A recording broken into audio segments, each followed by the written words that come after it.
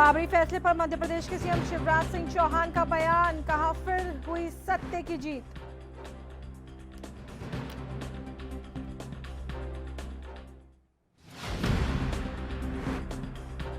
नरोत्तम मिश्रा का कमलनाथ पर वार, कोई भी हो सकता है हनुमान भक्त, किसका मंगल होगा हनुमान तय करेंगे।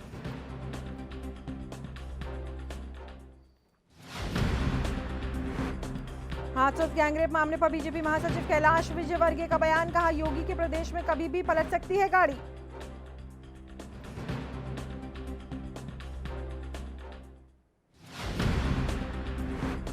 बीजेपी मंत्री विश्वास सारंग का विपक्ष पर हमला, कोर्ट के फैसले पर सवाल उठा रही है कांग्रेस, विरोध करने वालों पर हो कार्रवाई।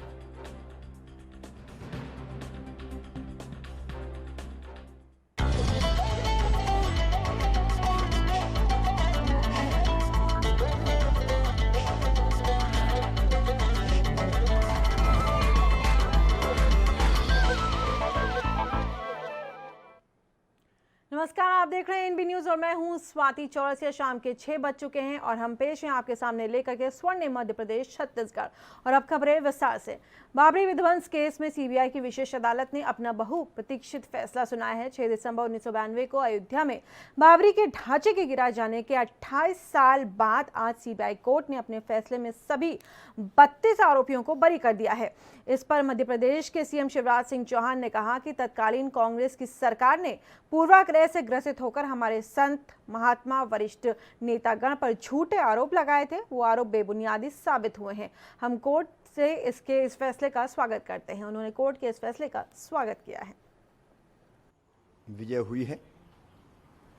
तत्कालीन कांग्रेस की सरकार ने पूर्वाग्रह से ग्रसित होकर हमारे संत महात्मा वरिष्ठ नेतागण उन पर झूठे आरोप लगाए थे, वो आरोप निर्मूल साबित हुए हैं।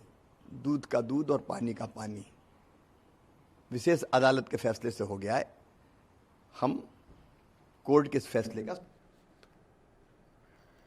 मध्य प्रदेश में 28 विधानसभा सीटों पर उपचुनाव होने जा रहे हैं, जिसके बाद विपक्ष लगातार अपने मुख्यमंत्री चेहरे कमलनाथ को हनुमान भक्त बता रहा है, जिस पर प्रदेश की गृह मंत्री नरोत्तम मिश्रा की प्रतिक्रिया सामने आई। क्या कुछ कहा है उन्होंने, आपको सुनाते हैं।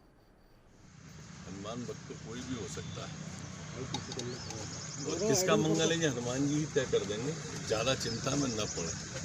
अगर वो ऐसे मंगल वाले थे तो अमंगल होता ही क्यों ना। आज बीजेपी का बड़ा कार्यक्रम होने जा रहा है। जेपी नड्डा की नई टीम का स्वागत आप लोग करेंगे।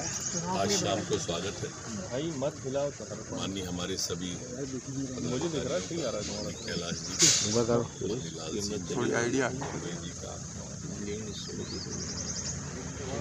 जितने भी हमारे पदाधिकारी बीजेपी महासचिव कैलाश विजयवर्गीय ने हाथरस दुष्कर्म मामले को लेकर कहा कि आरोपियों को गिरफ्तार कर लिया गया है और जल्द ही मामले को फास्ट ट्रैक कोर्ट में भेजा जाएगा। उन्होंने कहा कि मुझे लगता है कि थोड़ा सब्र करना चाहिए, वो सभी जेल जाएंगे। योगी जी जो वहां के सीएम हैं, मैं जानता हूं कि उनके प्रदेश में गाड़ी कभी भी पलट सकती है।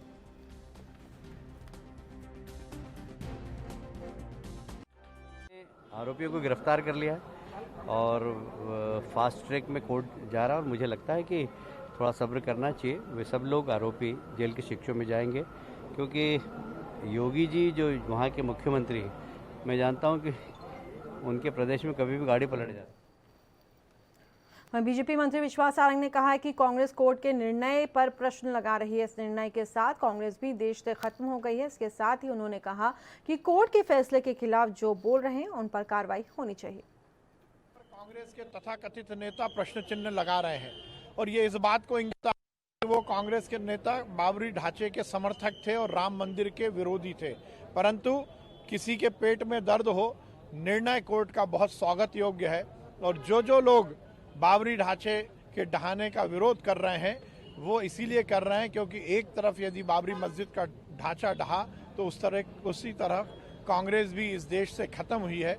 जिन नेताओं ने कोर्ट के फैसले के खिलाफ बोला है, उन्होंने कोर्ट की अवमानना की है, उनके खिलाफ कार्रवाई होनी चाहिए। एमपी के इंदौर जिला निर्वाचन अधिकारी कलेक्टर मनीष सिंह और डीआईजी हरिनारायण चारी मिश्रा ने उपचुनाव निर्वाचन के संबंध में एक प्रेस वार्ता की। प्रेस वार्ता में उन्होंने कहा कि सांगवेर विधानसभा क्षेत्र के उपचुनाव के लिए आदर्श आचार संहिता लागू हो गई है। आचार संहिता में अधिसूचना का प्रकाशन 9 अक्टूबर को होगा और नामांकन की अंतिम तारीख 16 अक्टूबर होगी और नामांकन पत्रों की जांच 17 अक्टूबर को होगी और नामांकन वापसी की अंतिम तिथि 19 अक्टूबर को रहेगी। साथ ही जिला कलेक्टर ने बताया कि 3 नवंबर को सांगवेर विधानसभा निर्वाचन के लिए मतदान किया जाएगा और मतगणना 10 नवंबर को होगी। कार्यक्रम घोषणा हुई है उसमें अधिसूचना का प्रकाशन 9/10 को होगा। नामांकन की अंतिम तिथि 16/10 है। नामांकन पत्रों की जांच 17 को होगी और नामांकन वापसी की तिथि 19/10 रहेगी। मतदान का दिनांक 3/11 है। पोलिंग जो है वो 3/11 को होगी। मतगणना छत्तीसगढ़ के रायपुर में पूर्व सीएम अजीत जोगी के बेटे और जनता कांग्रेस के प्रदेश अध्यक्ष अमित जोगी ने सरकार पर गंभीर आरोप लगाए। दरअसल उन्होंने कहा है कि सरकार उन्हें चुनाव लड़ने से रोकने के लिए अपनी पूरी ताकत का इस्तेमाल कर रही है। बता दें कि अजीत जोगी के निधन के बाद मरवाही सीट के लिए उपचुनाव हो रहे हैं और सभी राजनीतिक पार्टियां मरवाही की सीट पर अपने अपने दावे कर रही हैं। चुनाव लड़ने से रोकने के लिए सरकार ने सभी हदें पार कर दी हैं। पहले तो कानून की धज्जियां उड़ाई और जब पकड़े गए तो अपनी गलतियों को सही करने के लिए कानून को ही मनमाने ढंग से बदल डाला। इससे स्पष्ट हो गया है कि अपनी पूरी ताकत झोंकने के बाद और हजारों करोड़ों की घोषणा करने के बाद भी चुनाव के पहले ही सरकार ने हार मान। छत्तीसगढ़ के बालौदा बाजार में कोंडागांव के विधायक और प्रदेश कांग्रेस कमेटी के अध्यक्ष मोहन मरकाम कसडौल नगर पहुंचे, जहां कांग्रेसियों ने उनका गर्मजोशी से स्वागत किया। मोहन मरकाम के स्वागत में उमड़ी भीड़ ने बालौदा बाजार जिला प्रशासन के बनाए गए कोरोना के नियमों का जमकर मुखौल उड़ाया और अधिकांश कांग्रेसियों ने मास्क नहीं पहना हुआ था और सोशल डिस्टेंसिंग की कहीं भी सोशल डिस्टेंसिंग नजर नहीं आ रही थी। इस दौरान कसडौल पुलिस और कसडौल तहसीलदार मौके पर मौजूद रहे, लेकिन पुलिस उस वक्त मूक दर्शक बनी हुई दिखाई दी।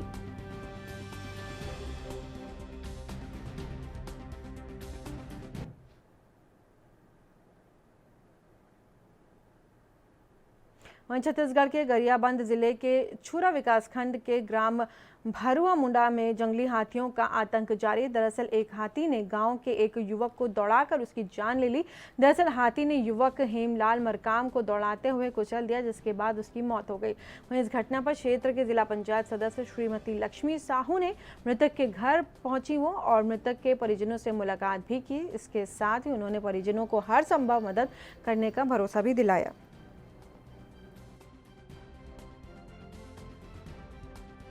घटना है और इसकी पूरी लापरवाही फॉरेस्ट वालों पे जाती है। यहाँ के सरपंच से मेरी बात हुई। सरपंच ने बताया कि मैं फॉरेस्ट वालों से बात किया तो उन्होंने लोग और मेरे को पत्रकार लोग भी बताए कि उन लोग डीएफओ से भी बात किए, लेकिन उन्होंने बोला कि हम लोग मॉनिटरिंग के लिए भेजे हैं। ऐसे कर्मचारी लोग कितने लापरवाह हैं जिनकी वजह से हमारे क्षेत्र में एक भोले भाले आदिवासी बच्चे की जान गई। ये अपूर्णीय क्षति है इस क्षेत्र वालों के लिए। गरियाबंद जिले के छुरा विकासखंड के अंतर्गत आश्रित ग्राम पंचायत भरुआ मुड़ा, जहां पर बीते रात एक हाथी दंतैल हाथी ने एक युवक को बुरी तरह कुचल दिया और स्थानीय युवक के मौके पर ही मृत्यु हो गई। इस दुखद भरी घटना में अभी तक कोई भी यहाँ पे एक बड़े जनप्रतिनिधि यहाँ पर कुछ शोकाकुल परिवार का सुध लेने नहीं पहुंचे हैं। खाली ग्रामवासी यहाँ पर मौजूद हैं पूरे घटना स्थल पर, और यही वो घटना स्थल है जहाँ पर हाथी का मूवमेंट आया और यहाँ पर वो जो तीनों युवक इस जगह पे बैठे थे, यहीं पर उनके साथ हमला हुआ है। और यहाँ से हमला होने के बाद तीनों ने वहाँ पर दौड़ लगाया और जैसे तैसे करके 2 युवक अपना जान बचाते हुए इस दिशा से भगे थे। और तीसरे जो युवक हैं हेमलाल मरकाम जी, उसको यहाँ पर हाथी ने अपने कब्जे में लेकर उनको बुरी तरह घायल करते हुए वहीं पर उनका बहुत ही क्षति पहुंचाए हैं उस युवक को। और ये है उस युवक का घर जहां पे हमारे एएनबी की टीम यहां पर पहुंची है पूरे ग्राउंड जीरो के साथ। और लास्ट फिर अपन बात करें युवक का जो घटना स्थल है, अभी भी यहां पर हम मौजूद हैं। ये घटना स्थल है उस युवक का जहां पर उनके साथ घटना हुआ है अपने दूरभाष के माध्यम से। और यहाँ पर ग्रामीण अभी भी मौजूद है, यहाँ पे शोकाकुल पूरा परिवार यहाँ पे मौजूद है। जो घटना हुआ है जिस युवक का, उसके पूरे परिवार यहाँ पर हैं। ये युवक का घर है और अभी युवक के शव को वहाँ पर चिड़घर में रखा गया है, पोस्टमार्टम के लिए रखा गया है। अब देखना ये होगा कि विभाग क्या आगे कार्रवाई करती है, कौन है जिम्मेदार इस युवक की मौत का। अब देखना यही होगा कि क्या निर्णय लेते हैं। इन्हीं तमाम जानकारियों के साथ मैं विकास बंसल, एएनबी न्यूज, गरियाबंद। मध्य प्रदेश के भोपाल के बैरागढ़ में एक नाबालिग बच्ची के दुष्कर्म का मामला सामने आया है। बच्ची के परिजनों का कहना है कि बच्ची बाजार गई थी, तभी हुजूर विधायक रामेश्वर शर्मा ने अपनी गाड़ी में लड़की को बैठाया और उसके साथ रेप की घटना को अंजाम दिया। इसके साथ ही परिजनों का कहना है कि लड़की को विधायक ने किसी को कुछ भी बताने पर जान से मारने तक की धमकी दे दी थी।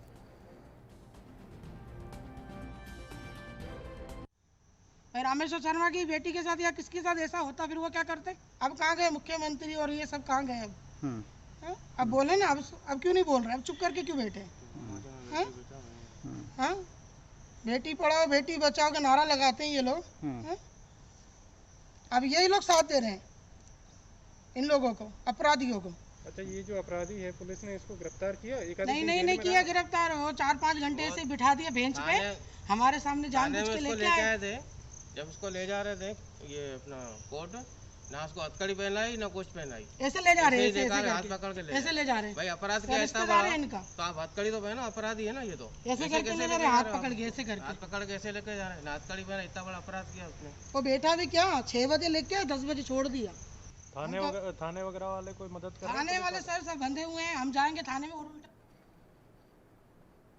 वहीं एमपी के इंदौर में कोविड-19 में कार्यरत सभी अस्थायी नियुक्त आयुष चिकित्सकों ने एक्सटेंशन अवधि बढ़ाने की मांग को लेकर विरोध प्रदर्शन किया। साथ ही उन्होंने आयुष चिकित्सकों को समान वेतन देने की मांग भी की और कलेक्ट्रेट पहुंचकर ज्ञापन दिया। दरअसल चिकित्सकों का कहना है कि कोरोना जैसे संकट काल में स्वास्थ्य कर्मियों ने पूरी लगन और ईमानदारी के साथ काम किया है। वहीं उन्होंने कलेक्टर से निवेदन किया कि हमारी संविदा ड्यूटी की एक्सटेंशन को बढ़ाया जाए।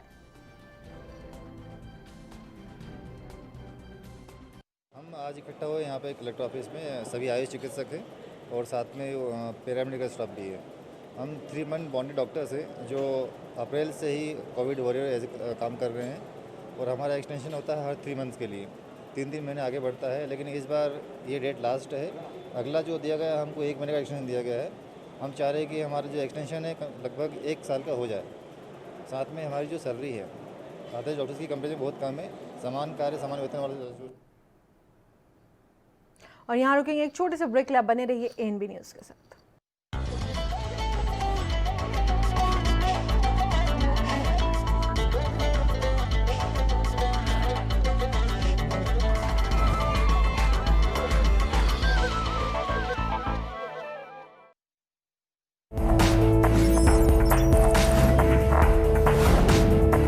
कम ब्रेक और ज्यादा खबरों के साथ देखिए ANB news in channel number पर। सबसे अलग अंदाज, हम बनेंगे आपकी आवाज, सवालों की धार, खबरों की बौछार, सिर्फ मेरे साथ एएनबी न्यूज पर।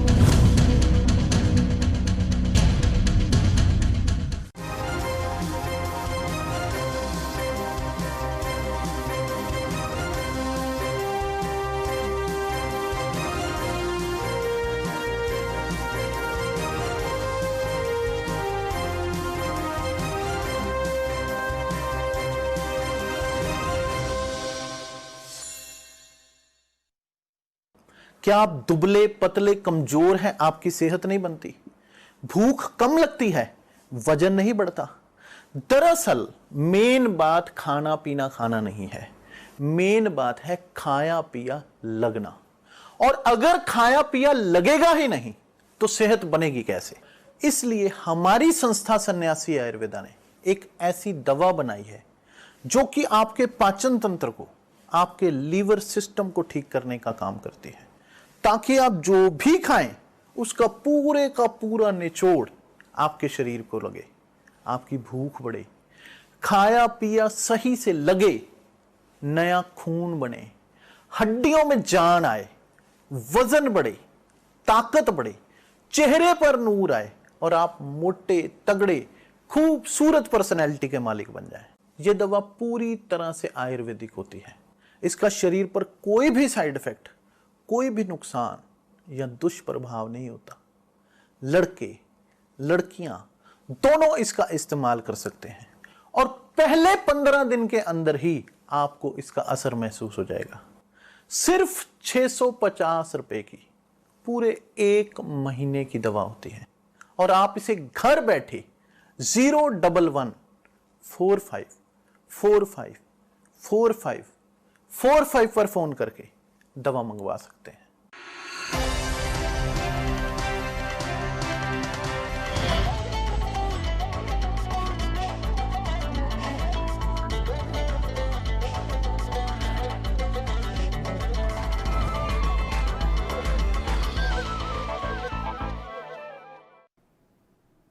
और ब्रेक के बाद आप सभी का स्वागत है। एमपी के रीवा में आगामी त्योहार शारदीय नवरात्रि को देखते हुए मूर्तिकारों की तैयारियां तेज हो गई हैं। जगह जगह मां दुर्गा की मूर्तियों को सजाने में मूर्तिकार लग गए हैं। वहीं कोविड-19 के संक्रमण को देखते हुए शासन के कुछ नियम भी बनाए गए हैं, जिसमें मुख्य रूप से मूर्ति 6 फीट की होनी चाहिए और पंडाल में 100 से अधिक व्यक्तियों की उपस्थिति पर पाबंदी लगाई गई है। कोरोना से बचाव के लिए सोशल डिस्टेंसिंग के साथ मास्क, सैनिटाइजर का उपयोग करना अनिवार्य होगा। ऐसे में मूर्तिकारों ने कोविड-19 के संक्रमण फैलने से पहले ही मूर्तियां बनानी शुरू कर दी थी, लेकिन अब कोविड-19 के कारण कई नियम बन चुके हैं, जिस कारण मूर्तिकारों के रोजी रोटी पर भी अब संकट आ गया है। इसी सिलसिले में हमारे संवाददाता विजय त्रिपाठी ने ग्राउंड जीरो पर जाकर के स्थिति का जायजा लिया है। देखिए उनकी ये खास रिपोर्ट। कोरोना वायरस का खौफ तो दूसरी ओर नवरात्रि का त्यौहार आ चुका है। अब सामने नवरात्रि का त्यौहार है, ऐसे में कई सारे मूर्तिकार अपनी अपनी मूर्तियां बना के तैयार कर चुके हैं। यहाँ पे आप देख सकते हैं माँ दुर्गा की मूर्ति बन के तैयार हो चुकी है, लेकिन ऐसे में कोरोना वायरस का संक्रमण पूरे देश में फैल रहा है। मूर्ति रखने की इजाज़त तो सरकार द्वारा दे दी गई है, लेकिन उसमें भी कुछ नियम बनाए गए हैं। नियम की 6 फीट से ऊपर की मूर्ति नहीं होना चाहिए और पंडाल में 100 लोगों से ज़्यादा कोई भी ना आए। लेकिन जहां पे सरकार के नियम बन चुके हैं, ऐसे में कुछ मूर्तियां 6 फीट से ऊपर भी बना लिए हैं मूर्तिकार। और ये मूर्तिकार आज से मूर्ति नहीं बना रहे हैं, लॉकडाउन से पहले ही ये लोग मूर्ति बनाना शुरू कर दिए, जिस कारण से इन्हें अंदाज़ा नहीं था कि कितनी बड़ी मूर्ति बनाना है या नहीं। ये पूर्व की तरह ही मूर्ति बनाते चले आए हैं। ऐसे में मूर्तिकारों के ऊपर संकट आ गया है। हमारे साथ यहाँ पे ये मूर्तियाँ कुछ बनी हुई हैं और ये यहाँ के ऑनर हमारे साथ है। मैं इनसे बात करना चाहूँगा कि क्या समस्या इन्हें आ रही है या कोरोना वायरस को देखते हुए क्या शासन के नियम हैं और कितना ये लोग पालन कर रहे हैं। क्या भैया कि मूर्ति कैसे बन रही है? मूर्ति तो हम लोग जनवरी से बनाना शुरू किए हैं, तो अभी सरकार का तरफ से 1 महीने पहले ही आए हैं कि 6 फीट का ऊपर मूर्ति नहीं रखी जा सकती है। तो कस्टमर आ रहे हैं, तो एक्चुअली पहले ही बन चुका है ये पहले मूर्तियाँ। अब जो है कस्टमर आ रहा है, बड़ा देख के बुक ही नहीं कर रहा है। इस टाइम पर मुश्किल से 4-6 बुक हुआ होगा और बाकी मूर्तियाँ वैसे ही पड़ी हुई हैं सब। तो आप लोग जनवरी से मूर्ति बना रहे हैं और अभी तक ये समथिंग कितनी मूर्ति अभी तक आपने बना ली है? करीब 65 मूर्तियाँ बनी है, जिसमें 8 या 10 बुक हुए हैं। ये दूसरे रो की मूर्तियाँ हैं, ये आप हमारे साथ देख सकते हैं। ये दूसरे रो की मूर्तियाँ, यहाँ पे ये कलाकार हैं जो मूर्ति निर्माण करते हैं, ये कलाकार हैं। भैया कब से मूर्ति बना रहे हैं आप? आज 5 महीना हो गया। 5 महीना हो गया। तो कितनी मूर्तियाँ अभी तक आपने बनाई? मूर्ति तो अभी हमको पता नहीं है कितने बना लिए हैं, पर कर रहे हैं, पेंट कर रहे हैं। तो ये आपको कैसे मूर्ति के आधार पे पैसा मिलता है या फिर सैलरी है? सैलरी है। सैलरी कितनी सैलरी मिल रही है? 250 रुपये पर डे। आप यहाँ पे देख सकते हैं, ये कुछ यहाँ पे छोटी मूर्तियाँ भी बनाई गई हैं तो ये मजदूर वर्ग के लोग मूर्ति कलाकार पर डे 250 रुपये में मूर्ति का निर्माण कर रहे हैं आज लॉकडाउन से पहले ही। लेकिन सरकार के नियम आ जाने से आज इनकी रोजी रोटी पे संकट उत्पन्न हो गया है। जब मूर्ति बिकेगी ही नहीं तो इनका खर्चा कैसे निकलेगा। ANB न्यूज़ के साथ संवाददाता। MP के इंदौर में सांगवेर मंत्री तुलसी सिलावट ने एक कार्यक्रम रखा था। दरअसल चुनाव आयोग चुनाव की तारीख की घोषणा हो चुकी है। आपको बता दें कि चुनाव की घोषणा हो चुकी है, जिसके बावजूद भी सांगवेर बेस्ट गार्डन में जिला पिछड़ा वर्ग ने एक कार्यक्रम रखा था, जिसके पूर्व में बाइक रैली भी निकाली गई, जिसमें कई लोग भीड़ का शिकार हुए। वहीं मंत्री सिलावट के कार्यक्रम के बाद एक चर्चा में बीजेपी नेता सोमेश्वर पटेल ने सांगवेर मंत्री सिलावट के कार्यक्रम में पटवारियों के लिए अभद्र भाषा का प्रयोग करते हुए विवादित बयान दिया है। होने में नहीं हुआ अभी तक। पटवारी ने गांव भी नहीं देखा प्रॉपर। किसने? पटवारी उन्होंने। गाँव में आ रहे हैं तो जूते खाएंगे, कैसे नहीं आएंगे गाँव में। नवागढ़ के थाना ग्राम पोड़ी में साल के व्यक्ति के संदिग्ध परिस्थितियों में मौत का मामला सामने आया है। परिजनों के मुताबिक फूल साय मनहर सुबह खेत पर जाने के लिए निकला था, लेकिन वापस नहीं लौटा, जिसके बाद परिजनों ने छानबीन की तो खेत के किनारे तार से चिपका हुआ मिला। वहीं सूचना मिलते ही पुलिस मौके पर पहुंची और मामले की जांच शुरू कर दी।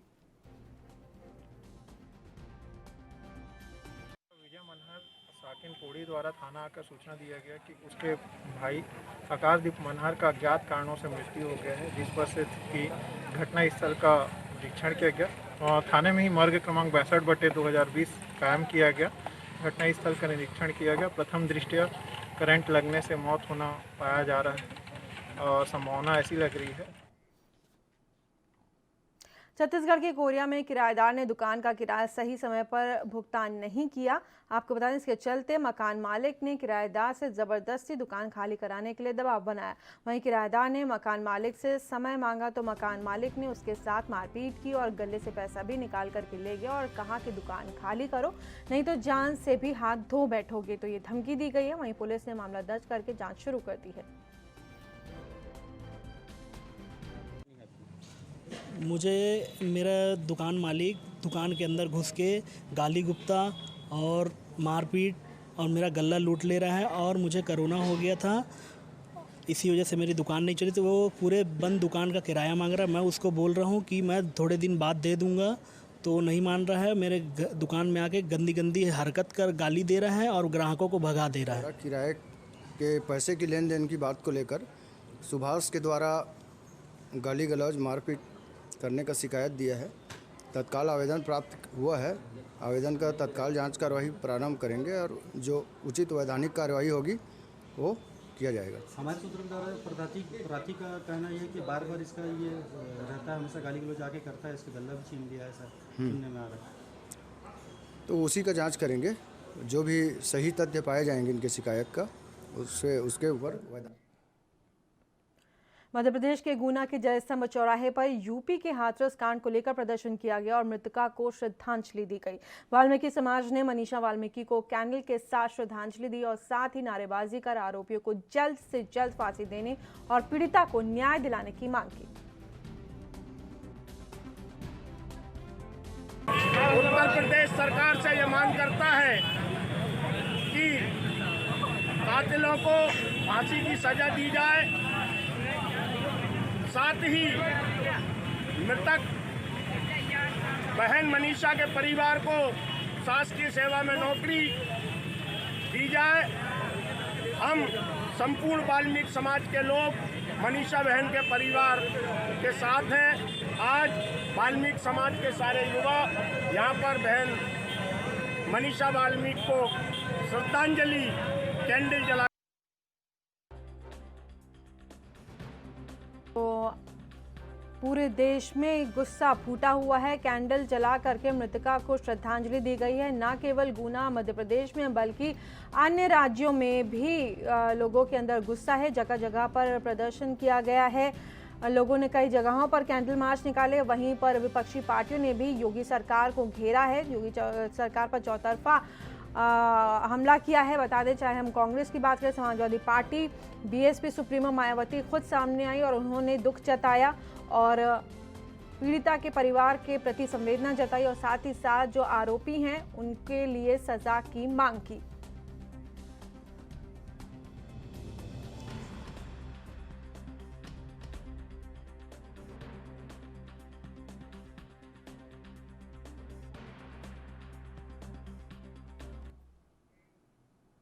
और आपको बता दें, इस वक्त की बड़ी और अहम खबर जो आ रही है, एनएचआरसी ने यूपी के मुख्य सचिव को नोटिस दिया है। इस वक्त की अहम खबर आपको, राष्ट्रीय मानवाधिकार आयोग का नोटिस गया है यूपी के मुख्य सचिव को। ये इस वक्त की बड़ी और अहम खबर हम आपको बता दें। हाथरस केस में यूपी के डीजीपी को भी नोटिस भेजा गया है। तो अब ये मामला बढ़ता हुआ नजर आ रहा है। हाथरस केस को लेकर के जनहित याचिका दाखिल हुई है।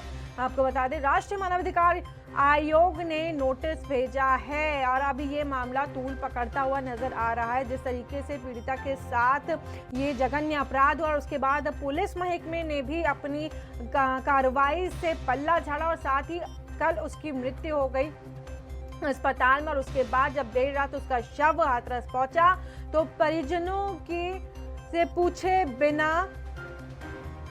से पूछे बिना उसके शव का संस्कार कर दिया गया, अंतिम संस्कार किया गया। और अब ये देखिए नोटिस पहुंचा है। और इस बुलेटिन में फिलहाल इतना ही। देश दुनिया की तमाम खबरों के लिए बने रहिए एएनबी न्यूज़ के साथ।